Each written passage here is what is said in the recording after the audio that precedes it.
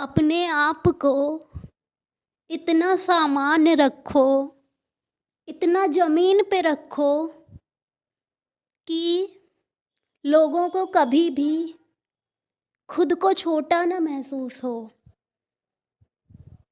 क्योंकि ज्ञान का मतलब कभी प्रदर्शन करना नहीं होता है। ज्ञान का मतलब विनम्रता होता है। ज्ञान का मतलब वही है जो दूसरों को ऊंचा उठाए। सब कुछ जानते हुए भी अनजान बन जाओ। क्या ज़रूरत है अपने ज्ञान की प्रदर्शन करने की कि हमको ये आता है, हमको वो आता है। अरे कोई प्रतियोगिता होगी तो देखा जाएगा। और प्रतियोगिता में क्यों पढ़ना किसी प्रतियोगिता में। अगर आप ज्ञानी हैं, अगर हमारे अंदर ज्ञान है तो हम समय आने पे बता देंगे कि हमको ज्ञान है। अपने ज्ञान का सबके सामने बखान करने की क्या ज़रूरत है। और वैसे भी ज्ञान के सही मायने तो यही हैं कि हम हर व्यक्ति का सम्मान करें। हम दूसरों के सामने खुद को इतना छोटा दिखाएं। अगर हम किसान से बात कर रहे हैं तो हम किसान बन जाएं।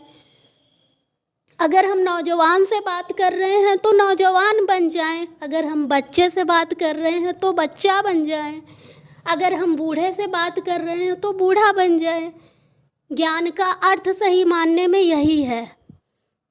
अब आप सूट बूट पहन के फर्राटेदार इंग्लिश बोल के अगर किसी किसान के सामने खड़े हो जाएंगे तो आपका ज्ञान व्यर्थ है। ऐसा ज्ञान किस काम का जो एक किसान को नीचा दिखा दे। है कोई अर्थ ऐसे ज्ञान का? किसान के सामने तो आपको किसान ही बनना पड़ेगा। गांव की औरतों के सामने आप गांव की औरत बन जाइए।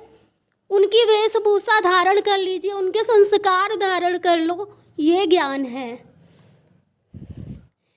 गांव की औरतों के सामने बिकनी पहन के खड़ा हो जाना ज्ञान नहीं है। गांव की औरतों के सामने फर्राटेदार इंग्लिश बोलना कोई ज्ञान नहीं है।